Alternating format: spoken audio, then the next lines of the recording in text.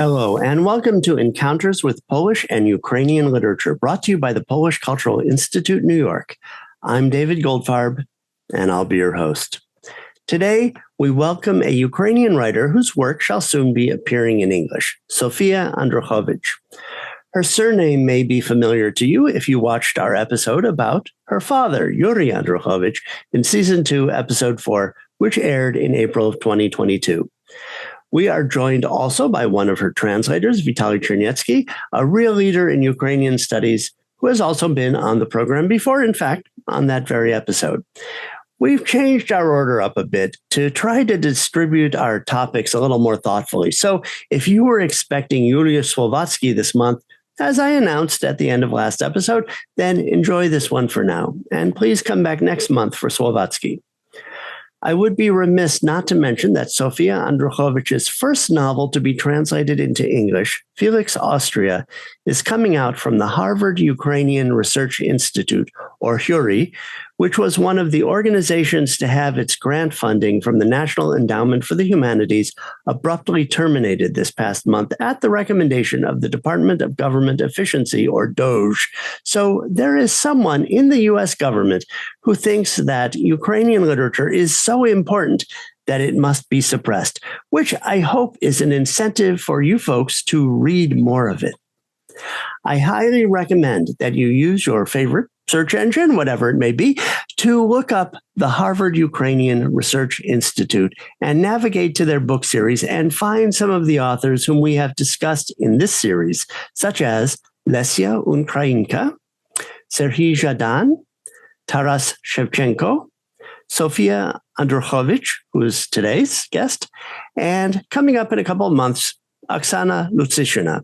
And order some of their books if you are able, or look them up in your favorite research library and read them.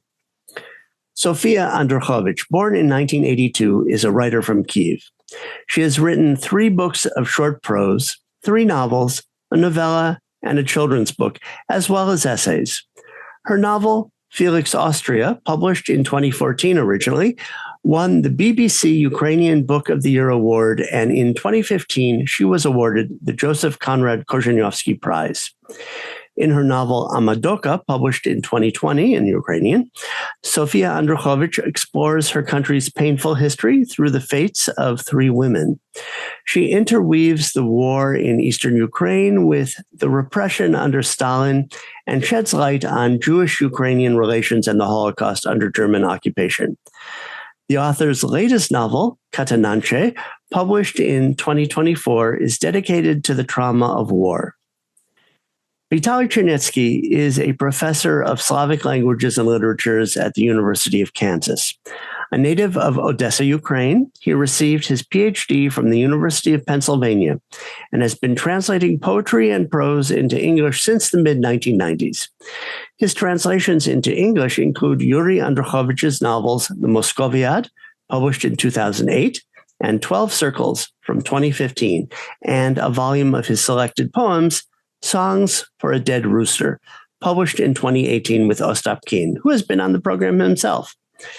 He has also translated a book by the Ukrainian artist Alevtina Kakhidze called Zhdanovka in 2006, 2 children's books by Romana Romanishin and Andriy Lesiv, Sound in 2020 and Sight in 2021, and Winter King, a poetry collection by Ostap Slavinsky in 2023 with Irina Shuvalova.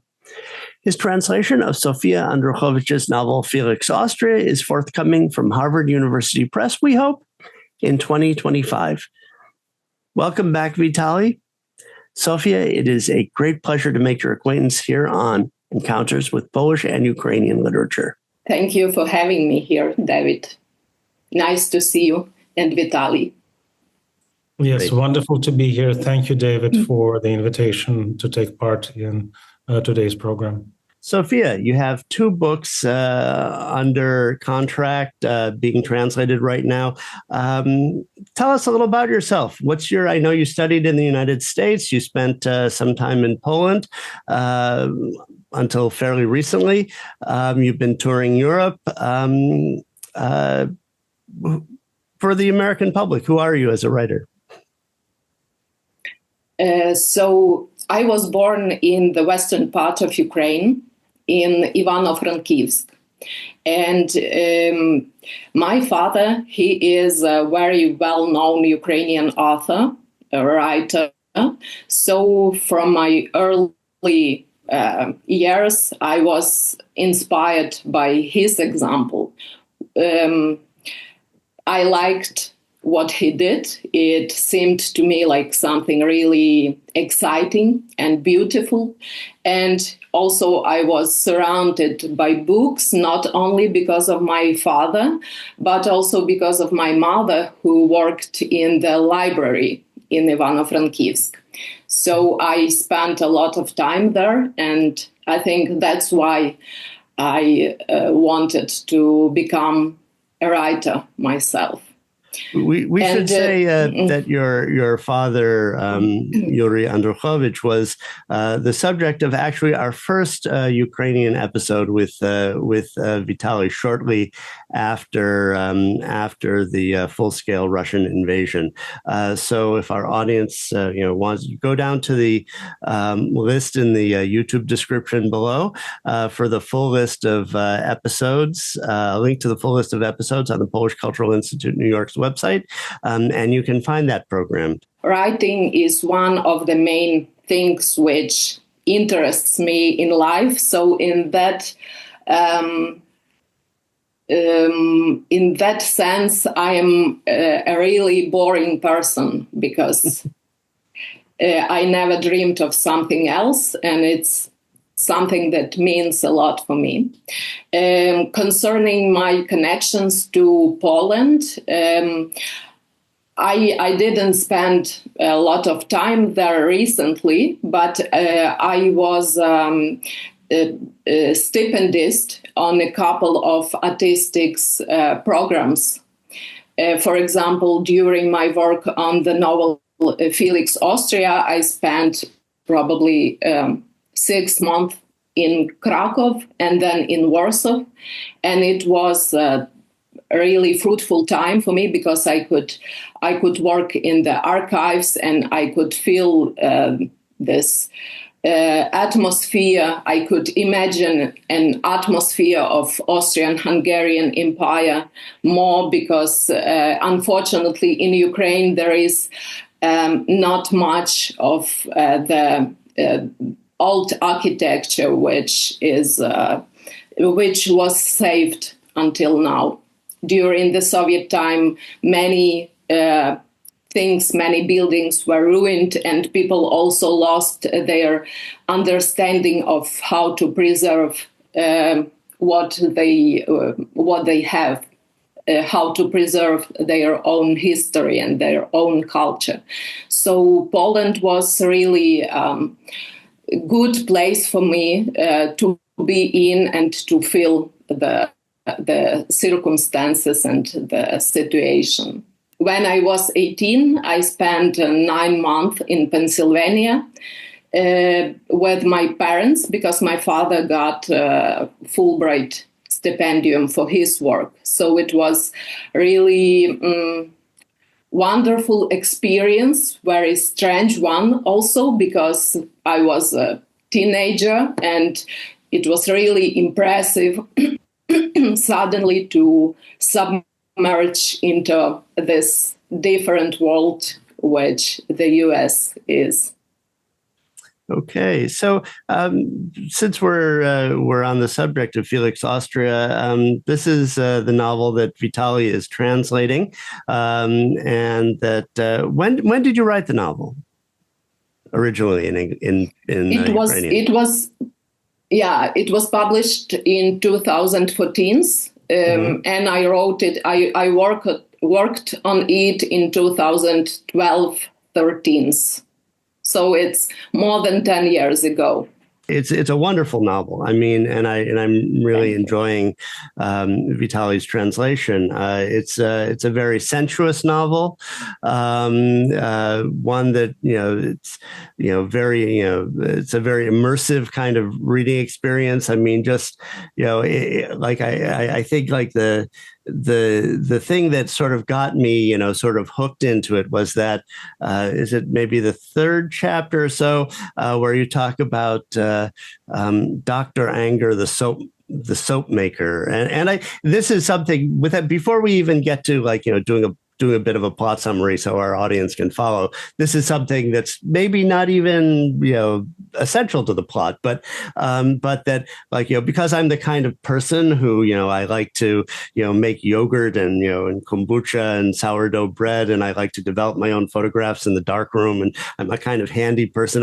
I could totally identify with Anger, the soap maker, and I started thinking, well, I could do that. Yeah, that could be and there's all this detail about the fragrances and the texture of the soap and the way it feels on the body, and it's his experimentation, and and there are many sort of phases like that throughout the novel that I really enjoyed reading. So maybe to start, maybe would one of you like to just sort of, for our audience, so they can understand what we're talking about, what's the novel about? What's Felix Austria about?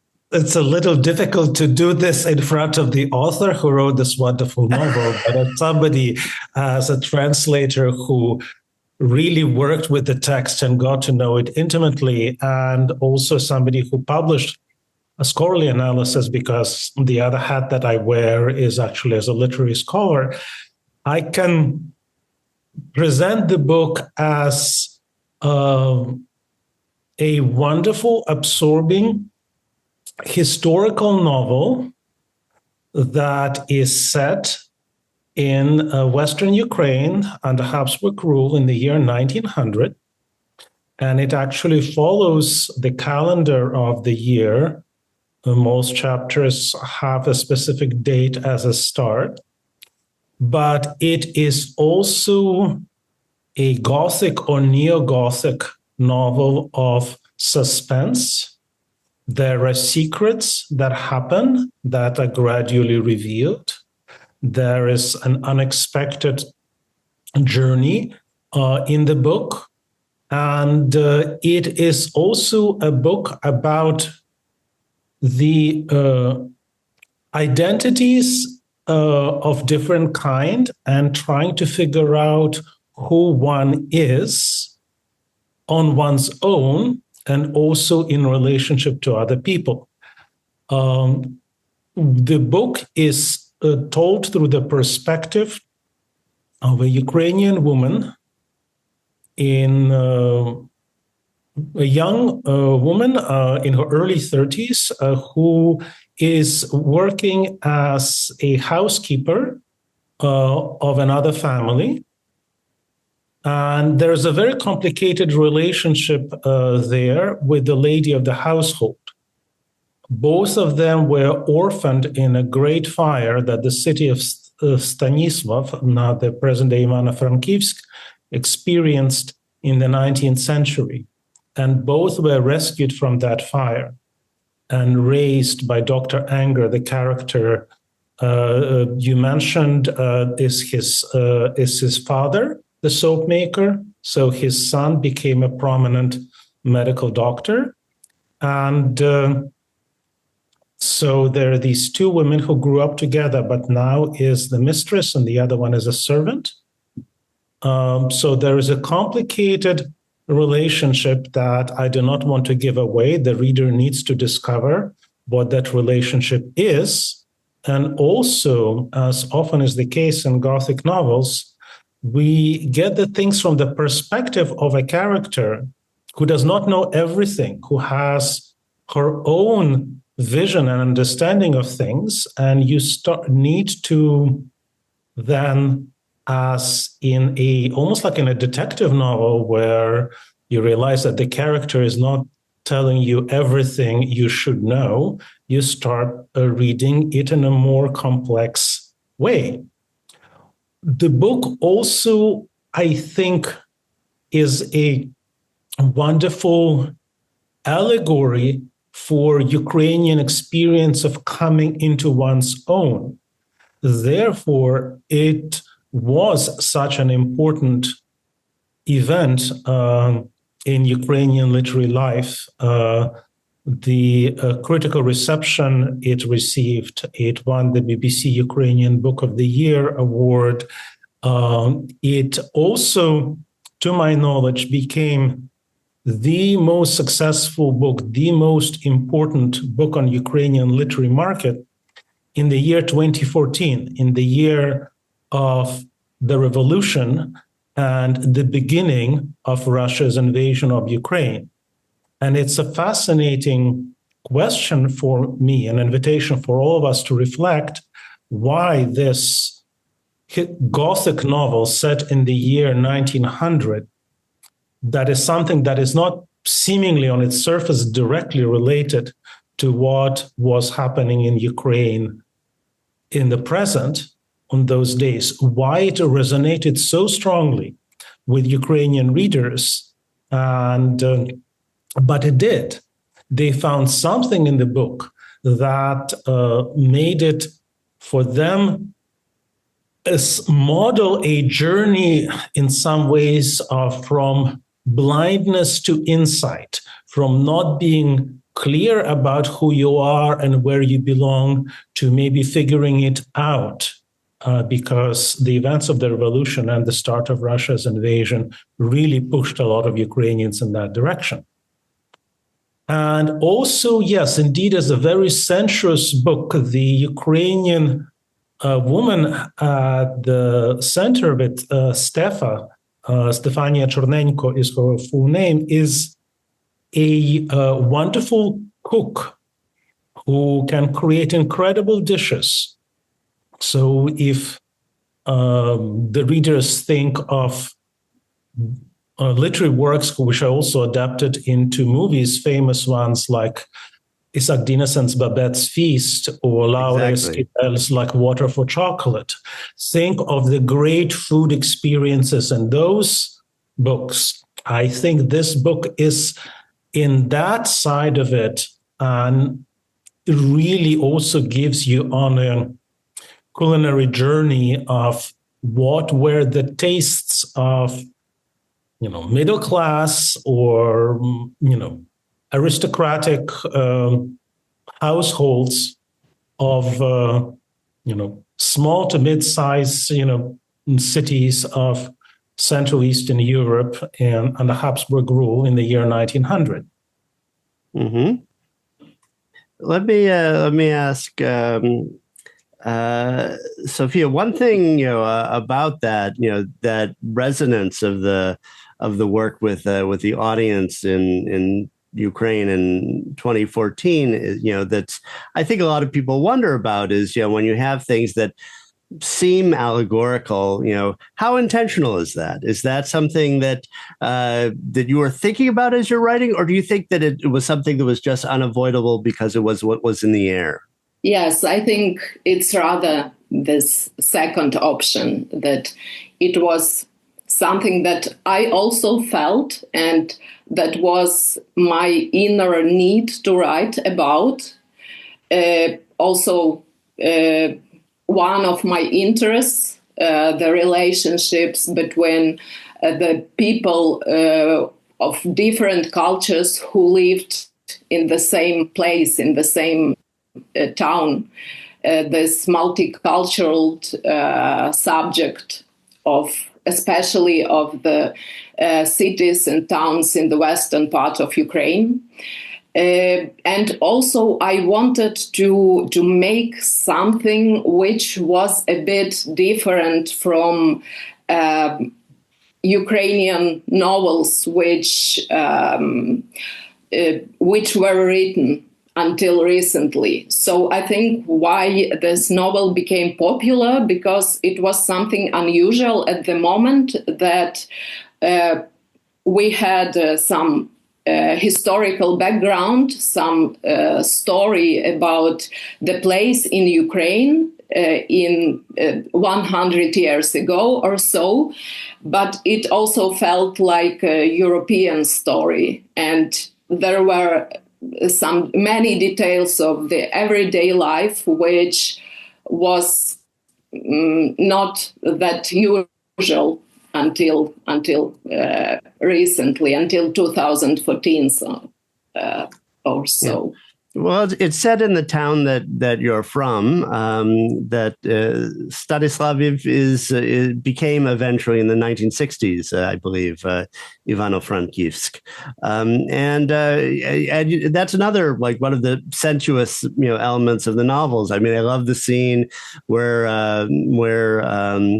Stefa is riding her bicycle down Linden Street and stopping and looking at all the buildings. And, is that, how much of that is your own memory and how much of that is research, looking at the old photographs and pictures and things like that?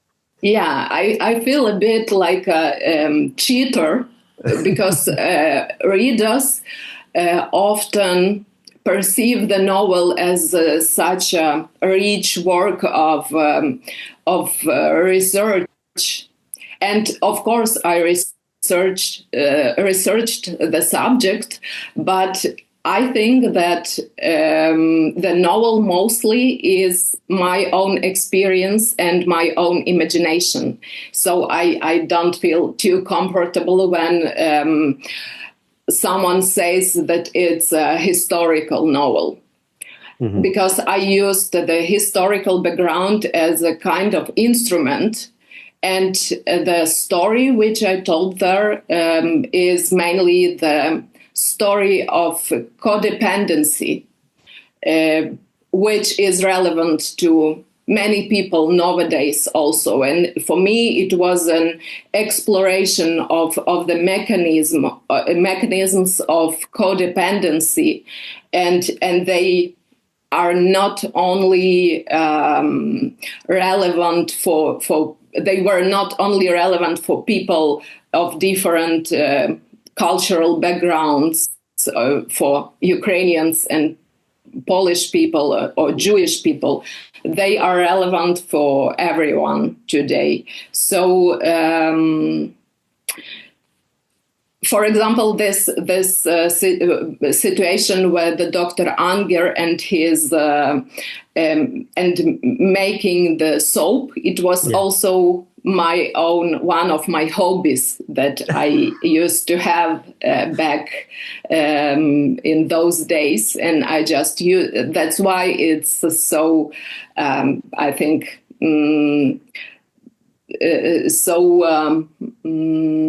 Truthful, because it was something that I knew from my own experience how you usually do it, but together with my experience, with my imagination, with some things which I felt about the relationships, and also with the research which I made, the books about the architecture, the historical works on the end of 19th century and beginning of 20th century, and especially thanks to the old newspapers from Lviv and Stanislavov, I could make the whole picture, and I was able to build this whole world, because those newspapers which I found in the archives,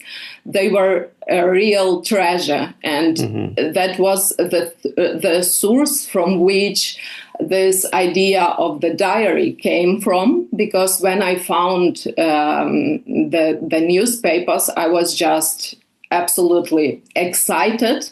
They were so different from what we think of medias today, because they described just tons of the details of everyday life, which today the journalists would find unimportant. But I was able to find the stories about the people who lived in Stanislavov those days, about their occupations, about some scandals, some dramas, some political situations, some concerts and theater shows and so on. And it was just, as I said, it was a treasure for me because it gave me all this material which made the novel become alive. Yeah, we could. What was there any historical reference for the thefts that occurred, the mystery plot, or was that entirely your own imagination? It was my imagination, but this part with the magician, it was real. I have found information about the magician, and he was a real person. So this was also fascinating, but he was not connected to any thief. Any theft. Okay. All right. And then there's theft. So we have it's as a there are just so many sort of overlapping plots. You've got sort of overlapping love triangles, kind of making a sort of love pentagon maybe or something like that. And this the mystery plot with theft of relics from churches and valuable objects from Jewish temple. Let me. Would you like to read a passage? I think you selected a passage that to look at that I think kind of sets up a lot of these themes. I was thinking maybe Sofia, if you'd like, maybe read maybe a paragraph in Ukrainian, and then maybe Vitaly could read his translation. Останнім часом розвелося навколо стільки злодіїв, шахраїв, розбійників, що страшно на вулицю вийти. Хочеться замуруватися в хаті і носа не вистромлювати. А іноді думаєш, а хто сказав, що вдома безпечно? Хто сказав, що і тут на тебе не чигає розбійник? Хтось, кому ти довірливо підставляєш свою незахищену шию? Петро каже, дійшла новина, що з костелу Святої Анни в Озерянах зник старовинний остенсорій. І знову, жодних слідів чи свідків, усі двері на замках і засувах, вікна цілі, всередині порядок. Так, ніби крізь стіни увійшли світлі ангели і забрали коштовний предмет на небеса, щоб там із його допомогою славити Ісуса. Vitaly, you want to read start at the same place and then read a couple of pages? Sure, let's do it. Lately, there are so many thieves, swindlers, and brigands that it is scary even to go out into the street. You feel like barricading inside the house and not even poking your nose out.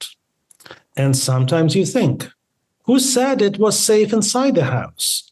Who said that here too there wasn't a bandit waiting, someone to whom you expose your defenseless neck? Petro says there is news that an ancient ostensory disappeared from St. Anne's Catholic Church in Ozeriany. Again, no traces, no witnesses, all doors latched and locked, windows intact, everything appears in proper order inside. It is as if radiant angels came down through the walls and took the precious objects to heaven to aid them as they praise Jesus. This has been going on for a while. In Mykolainsky, where they just rebuilt the church after a fire, 2 golden patens dissolved into thin air, one of them depicting the cradle in Bethlehem, the other the Holy Sepulchre. Just the day before, the priest and the deacon secretly hid the platters in an iron-bound trunk.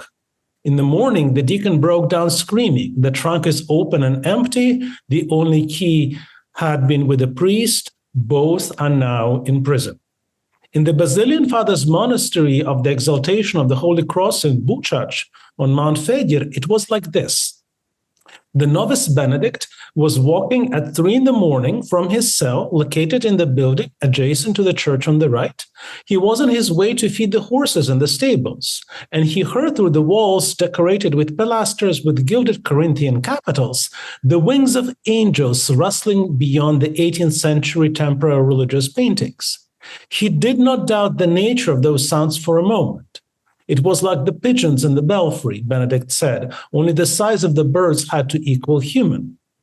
In the morning, they discovered that a lock of hair from the severed hand of John the Baptist vanished without a trace, as did the relics of Saint Mundisha, a needle from the crown of thorns, and a piece of the sponge with which they gave Jesus the vinegar to drink.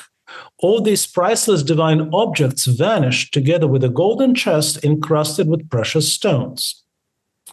Rabbi David Moshe, founder of the Society for the Study of the Torah in Kyiv, reported the disappearance from the secret hiding place in the old synagogue of a silver sugar bowl on curved feet decorated with vegetal patterns, which was used for storing the etrog for Sukkot. True, something else was inside it at the time, but this, according to the rabbi, was a secret that could not be divulged at any circumstances.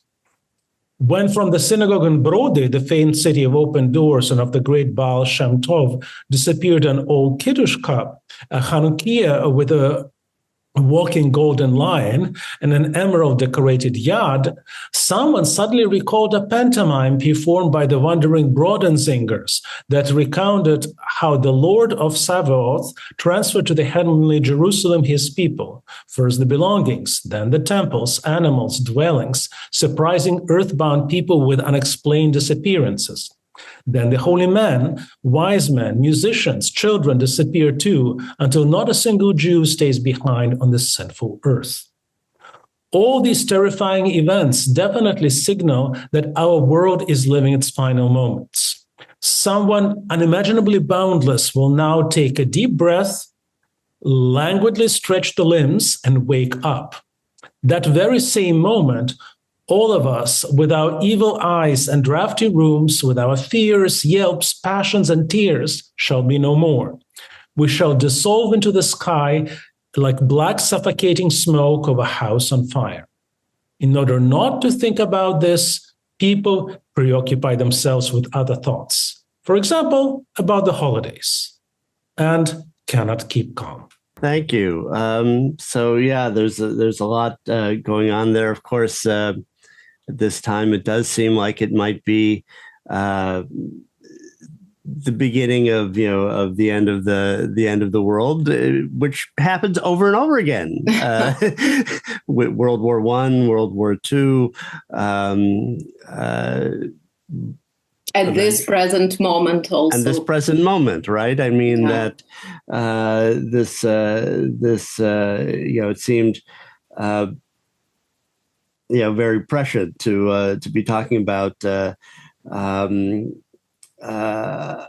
being inside the house and feeling safe and not wanting to look outside, but certainly outside there are dangers that could emerge at any time. Have people been rereading the novel since the full-scale invasion, thinking about those kinds of topics? I'm not sure about that because the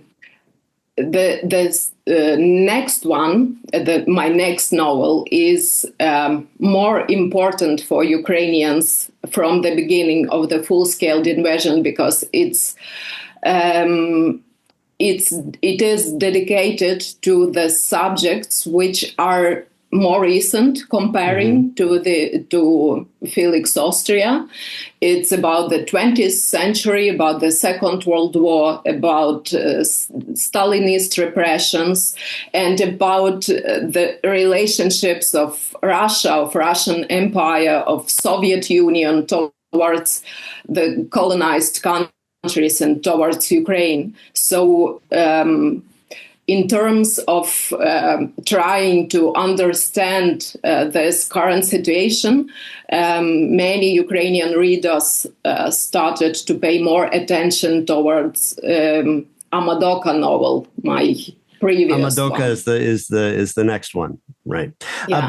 Before we get to that, let me ask you both: how has it been working together? I have many translators on the program. And it's not often that we get both the translator and the author on the program. So what's it? And I ask usually, what's it like for you to work together? I mean, Vitaly, is Sofia like looking over your shoulder all the time? And since she has pretty decent English and and probably has some opinions, or does she give you free reign, and then in turn, Sofia, what's it like for you? Being translated? Do you work differently with different translators in different languages? Maybe Vitaly can start. I can say that I'm fortunate that we have known each other for many years. Sofia has been a very trusting and a generous person. I did share with her the full first draft of the manuscript once it was completed. We seem to have a happy understanding. So she did not nitpick or require small changes to be made. So we do have, in that sense, a relationship of trust. But the fact that she has an excellent command of English and herself is an experienced translator from English into Ukrainian, certainly put like fear of God into me, because I wanted to make sure that this is a good work that gives justice to this wonderful novel. A more part of this longer process was the fact that there is also a film adaptation of the novel. And one of the reasons it took me a little longer was because for the film, the filmmakers asked me to translate the film script into English as they were looking to secure international partnerships. So the film, which is available now for streaming, is an interesting experience in and of itself, because it is a wonderful work of a historical film, I would say, perhaps a Ukrainian answer to various adaptations of Jane Austen novels. So it's a period piece, very beautifully done. Mm-hmm. And what is also, for me, wonderful in showing how things have changed in terms of equality and the chance for women to be active in creative professions and not be marginalized. It's a film based on a novel by a woman author, helmed by a woman director, produced by a woman producer. And this is wonderful that things like that are possible and that they're not special, out of the ordinary, that this has become normal. But you still need to think about this and realize that this is a remarkable thing.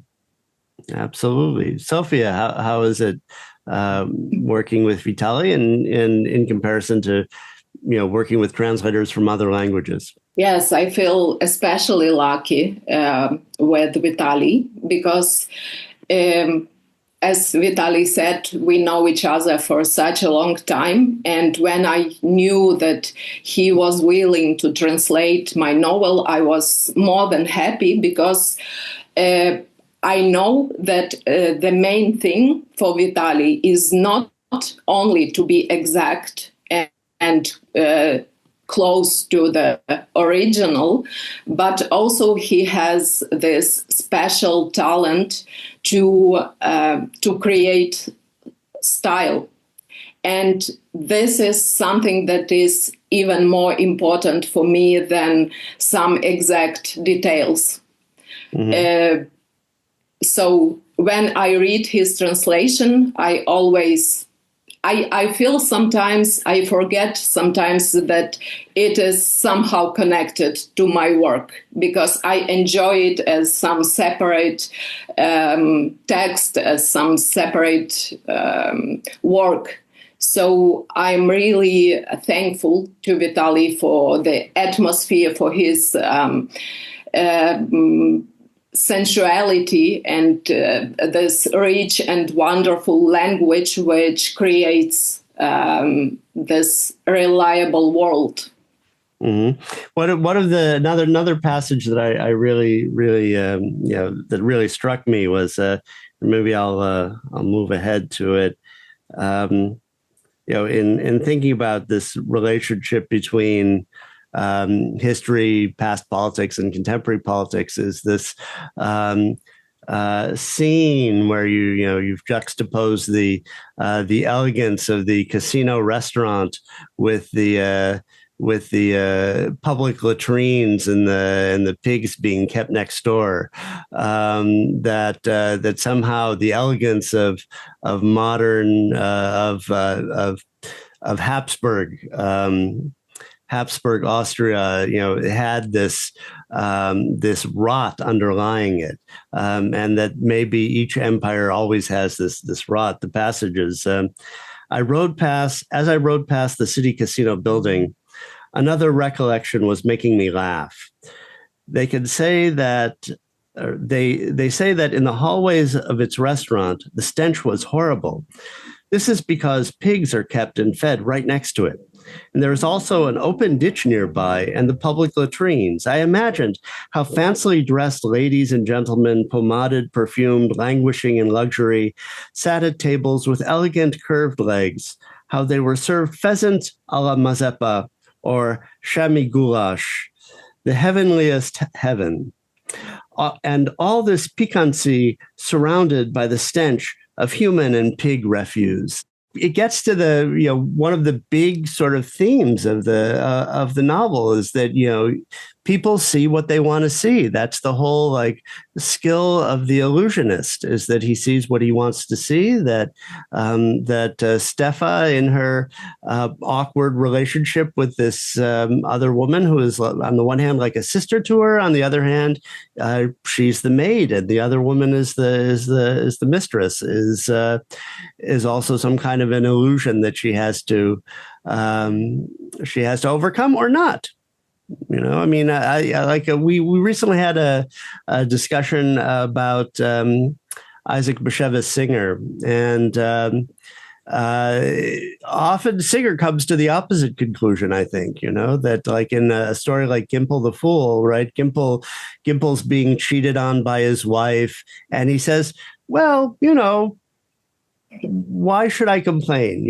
My life is better if I don't. I decide how I feel, right? I mean, and that in some respect, they're both valid ways of addressing the world, it seems." Yeah, I think Singer's approach is more enlightened. Without giving away the ending, Stefa goes to the Jewish market at a certain point, and one of the vendors there, basically repeats Hillel's dictum that if I'm not for myself, who will be for me, right? I mean, and that seems also a perfectly legitimate principle to live by. Yes, exactly, but in the case of Felix Austria, there is rather this danger of become too delusional about your own life and your reality and the dangers of it. So I love the approach by Singer, of course, and it seems to me much more wise, but also it comes with some kind of passivity. So it's the question of the choice which the characters make. So moving on to thinking about, well, first of all, before we move on to Amadoka, when is Felix Austria coming out in English, if it's not too sensitive a question? Maybe Vitaly has some answer. Mm-hmm. The novel is in the production pipeline at the Contemporary Ukrainian Literature series at Harvard University Press. It is scheduled for publication this upcoming year, so 2025. We do not yet have the exact months. We hope that it will be earlier in the year rather than later. And one of the circumstances, of course, is that there is a great hunger for having more translations of Ukrainian literature available. And sometimes the publishers who work on this are short-staffed. So this is one of the part of the general situation of Ukrainians in Ukraine and around the world in the context of fighting Russia's full-scale invasion, and also trying to help the world understand why Ukraine matters, that Ukraine has a very rich culture, that you need to discover it. So everybody is working very, very hard, and people are a bit overstretched. But still, the good news is that indeed more excellent, important, new, and also classic Ukrainian literature is becoming available in translation in English and in many other languages. And so this translation is due to come out, let's hope, middle of 2025, possibly a little later in 2025, but definitely in 25.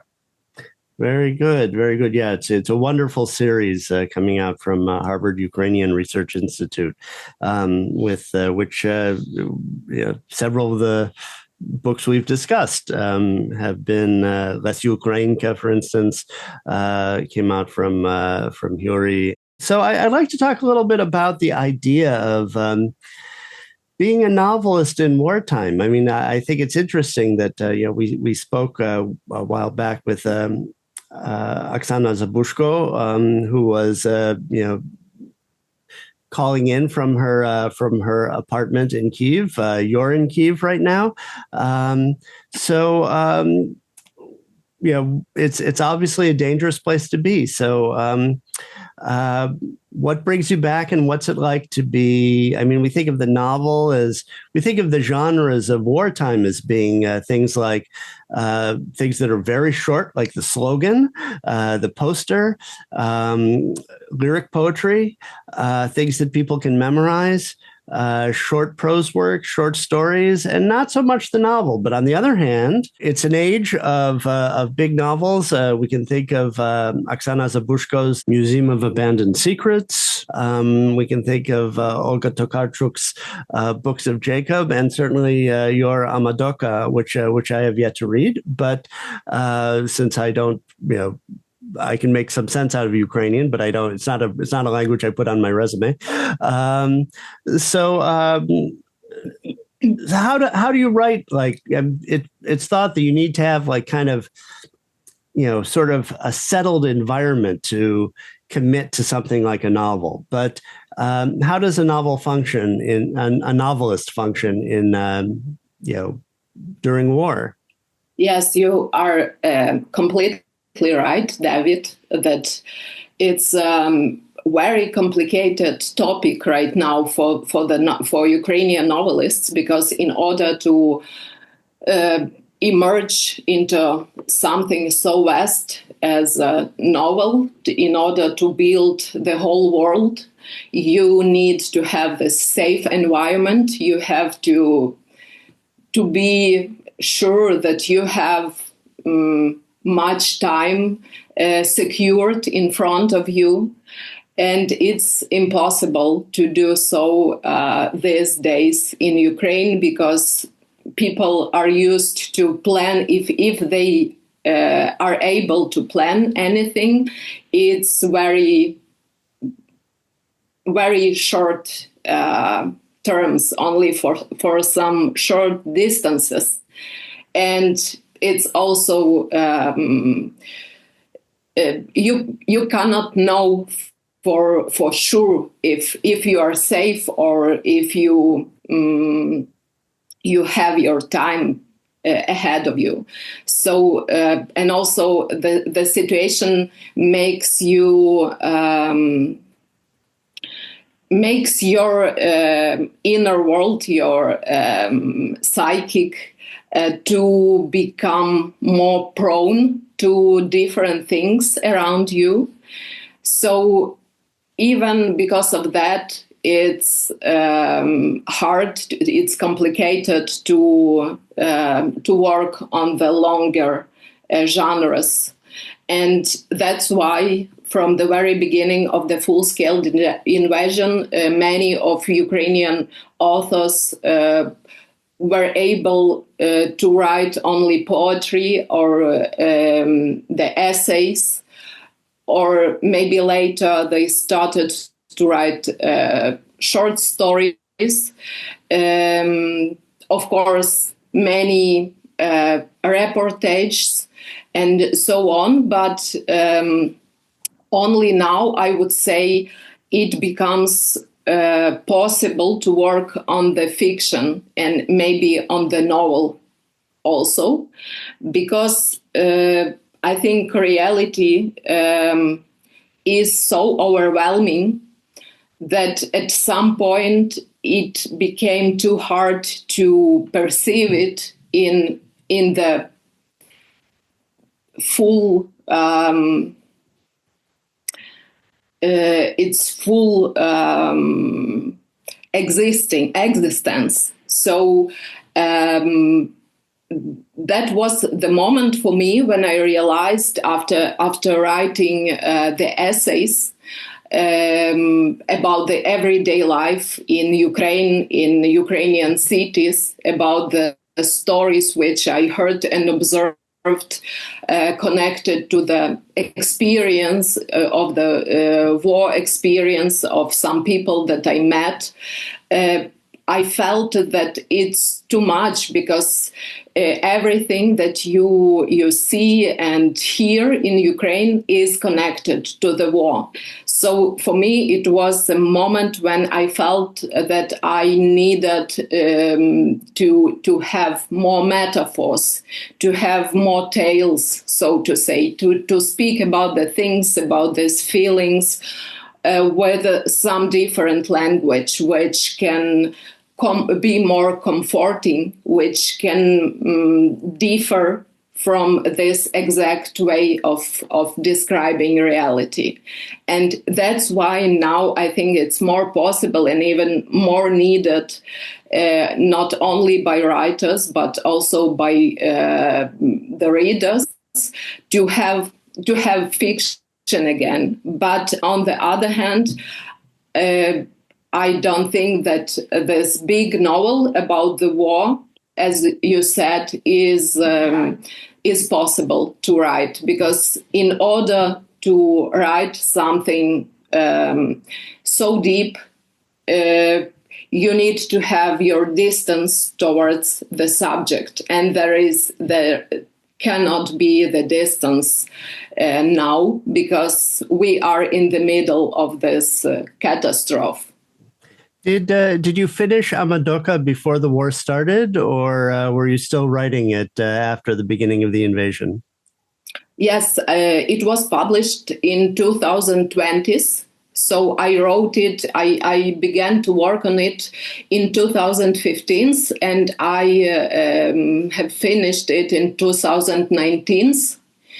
And one of the reasons which made me to think of the idea was the revolution of dignity in Ukraine and the invasion of Russia to Donbass. So it was the stories that I heard of, especially the stories about the soldiers, about the Ukrainian soldiers who lost their memories, who were wounded at the front and lost their memories. They made me think about this private experiences and also about the collective experience of the lost memory, which is something very painful to Ukrainians, because they were made to forget their history and their own identity through the whole continuation of historical process. And it was one of the subjects that I tried to explore in my novel. But I finished it in 2019, and after the full-scale invasion began, I realized that I wouldn't be able to write such novel after 2022. too. Are you working on another novel now? Yes, I try to work on another novel, and it's really my way to cope with things. So I realized it even more during this past 3 years, that in order to stay sane, I need to write. And it's a tricky thing to do also because I travel a lot in order to tell about Ukraine and Ukrainian culture. So even from this point of view, I don't have that much of time, but I am trying to do that. And it is connected to some special mechanisms of living through the war, but I am careful with not mentioning the war itself. So it's,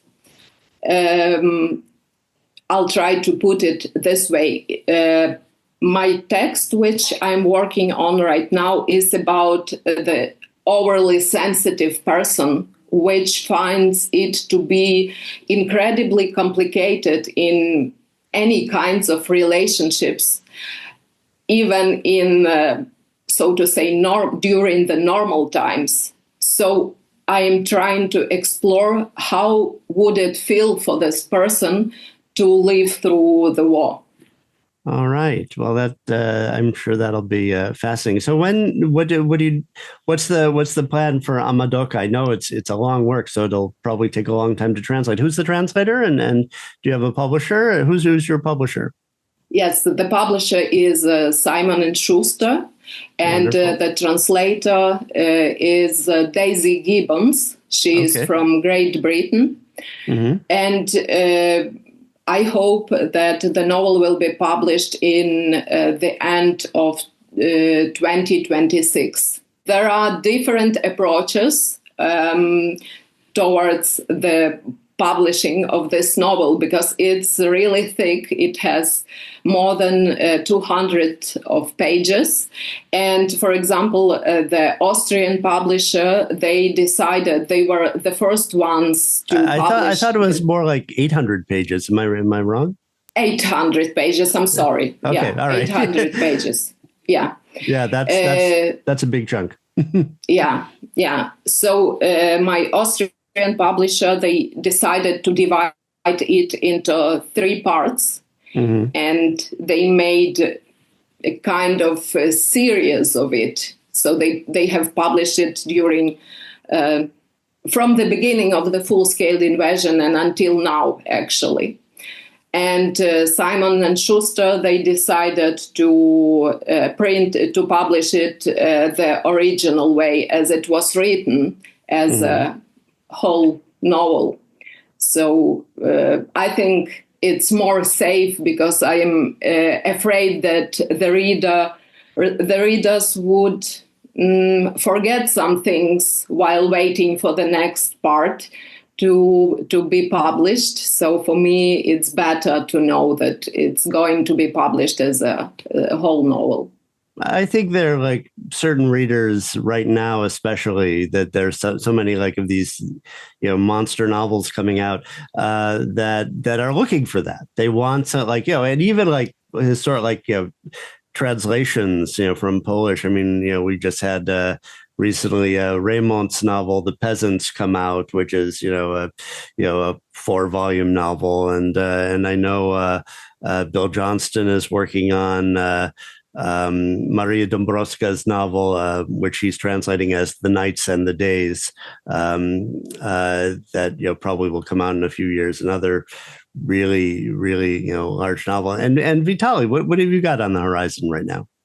Well, before I speak about my own work, I would like to say that to second that Amadoka is a book that English language readers really should try to get their hands on as soon as possible once it is published. In my opinion, it is the great Ukrainian novel of our time that we were waiting for.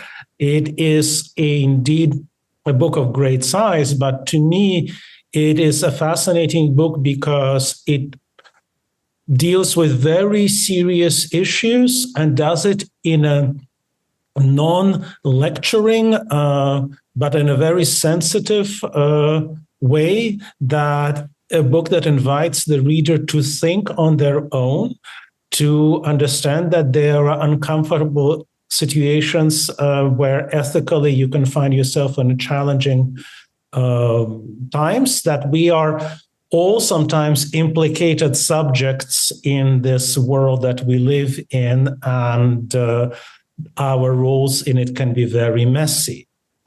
So a wonderful book that makes you think, which I think what great novels do, and this novel certainly does that. So in terms of my own new work as a literary translator, I am... and as a scholar, if you've got something, something up. Okay. Let's talk about the translation stuff first, and then I can say a little bit about my scholarship. With translation, I have also been working on a book by Sofia's father, Vitaly Andrukhovych. I've previously translated 2 of his novels, and I co-translated a book of his poetry. He has a novel, Darlings of Justice, Kochanci Justicji in the original, which is a novel in 9, or as he put it, 8.5 self-contained stories, but nevertheless, they are connected. I've already translated and published in periodicals 2 of them, and I'm working to complete the rest of that novel. There is another novel that I really am eager to translate, which is Tanger by Ivan Kozlenko. This is the most important Ukrainian language novel that came from the city of Odessa since Ukraine regained its independence, and it gives the readers a very different view and perspective on Odessa. And you should say that you're from Odessa. Yes, correct. And on the poetry side of things, I have a very good working relationship with a wonderful poet and filmmaker, Irina Tsilik. American audiences would know her as a filmmaker who won an award at Sundance for her wonderful documentary, The Earth is Blue as an Orange. Irina has recently published a new collection of poetry. I've translated some of her poetry in the past, so we decided to work on a large English language book. On the academic side of things, I am finishing a book that actually brings back a lot of my work from the past with the new themes. It's going to come out in Ukrainian first, and then hopefully in English shortly afterwards. It's called Intersections and Breakthroughs, Ukrainian Literature and Cinema Between the Global and the Local. And the other large monograph is about the experience of displacement and East European writers who are aware and are now thinking about this in their work. So I start with the oldest writers there is Joseph Conrad, who of course is Polish in terms of his ethnic identification, but born in Ukraine. And so his relationship to that, there is a wonderful story by him, Amy Foster, that really talks about these things a lot, but I take it to contemporary situation and with displaced persons from Ukraine. But it's a comparative book. There's a chapter on Witold Gombrowicz there, for example. There is a chapter on the wonderful Croatian writer Dubravka Ugrešić and other writers from the region. Very good. We talked a little about Amy Foster in our Conrad episode. It's now over a year back, but you could find that again in our master list of all the episodes of Encounters with Polish and Ukrainian Literature. Well, thank you so much, both of you, for joining me on the program. Thank you so much, David and Vitaly. It was a pleasure for me. A real pleasure from me as well. Thank you. So good to see both of you. Hang on now. Please subscribe and click the bell to stay on top of the program.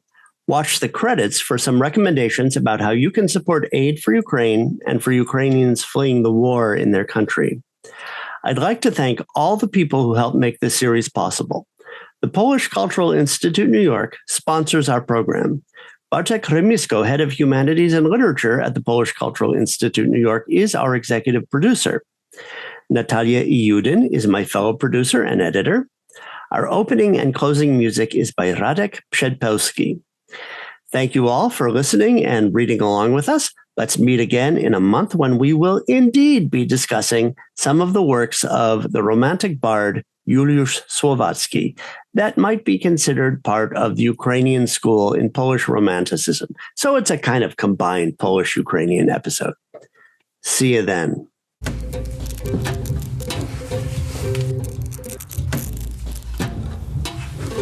Jest to szary dzień, jak zawsze w tej okolicy.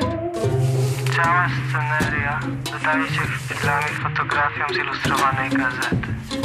Tak szare, tak płaskie są domy, ludzie i pojazdy.